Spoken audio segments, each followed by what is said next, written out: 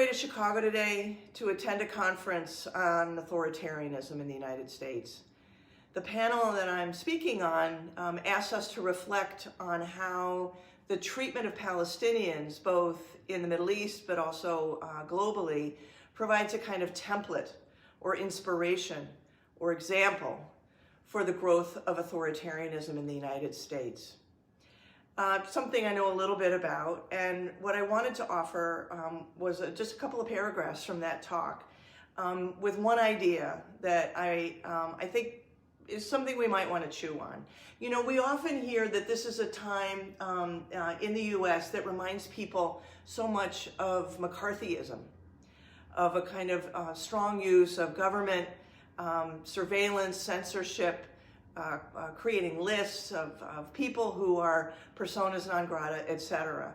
And in my view, I think there's a kind of a family resemblance between what's happening in the US and McCarthyism, but in so many respects what's happening now is so much worse. So let me offer, and this is part of what I'm going to say in these remarks tomorrow, let me offer another frame for thinking about what's going on, particularly in our universities, something that is so dear to my heart. So one thing we've seen in Israel is over many years, not just since October of 2023, but prior to that, are two dynamics. One is the use of law as revenge. So laws get passed by the Israeli Knesset that withdraw public benefits from Palestinians living in Israel, citizens of Israel, if their children under 18 are convicted of involvement in certain kinds of protests. And so the parents get punished as a form of revenge for the actions of their children through the withdrawal of benefits that they're otherwise publicly entitled to. There are a number of other examples like this, but there's a growth over time in Israel of the use of law as revenge. The second component of that is a companion private sector, private individual engagement of what in Israel they call price tag politics. When the government dismantles an illegal settlement, when the government engages things that radical right-wing Zionists and settlers disagree with, these actors, these private actors, exact what they call a price tag, a form of terror on Palestinians, that if the government's going to do something that they don't agree with, that undermines the rights of right-wing Zionists to expand their project into the West Bank and into Gaza, a price will be exacted against Palestinians themselves. And then increasingly also, if Palestinians protest or resist the occupation, a price tag will be exacted against them. Slashing of tires, burning of cars, torching of mosques, attacking schools, and of course attacking Palestinians themselves. So there's this sense that if you do something we disagree with, we're going to exact a price somewhere else that you care about. We're seeing that too in the United States. So here's the idea that I want to offer and would love folks' reactions. So I don't usually do this, but let me just read this to you. The tactics of revenge through law and price tag politics have been commonplace on U.S. campuses even before October 7th. For many of us, it's quite personal. Right-wing Zionist members of our academic communities have occupied our universities, seizing control of the instruments of shared academic governance. They've collaborated closely with right-wing pro-Zionists in the United States government. They've compelled a Zionist orthodoxy in our teaching and critical thinking.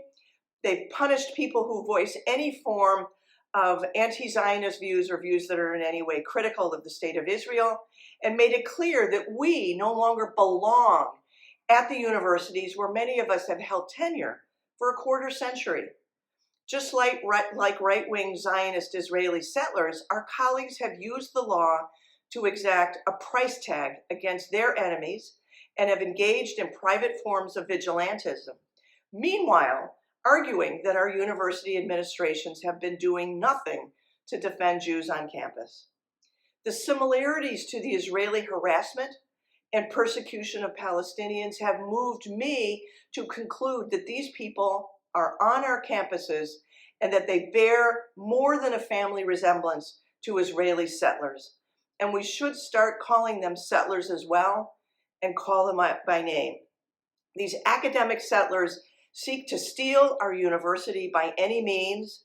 They may not be spray painting hateful messages on our homes or slashing our tires, or at least not yet, but they scribble ugly things about us on social media and use forms of lawfare to tag us as their enemies and enemies of their vision of the university, just as right-wing Zionist settlers have done with Palestinians, in both cases shielded by the military, police, and other institutional security officers.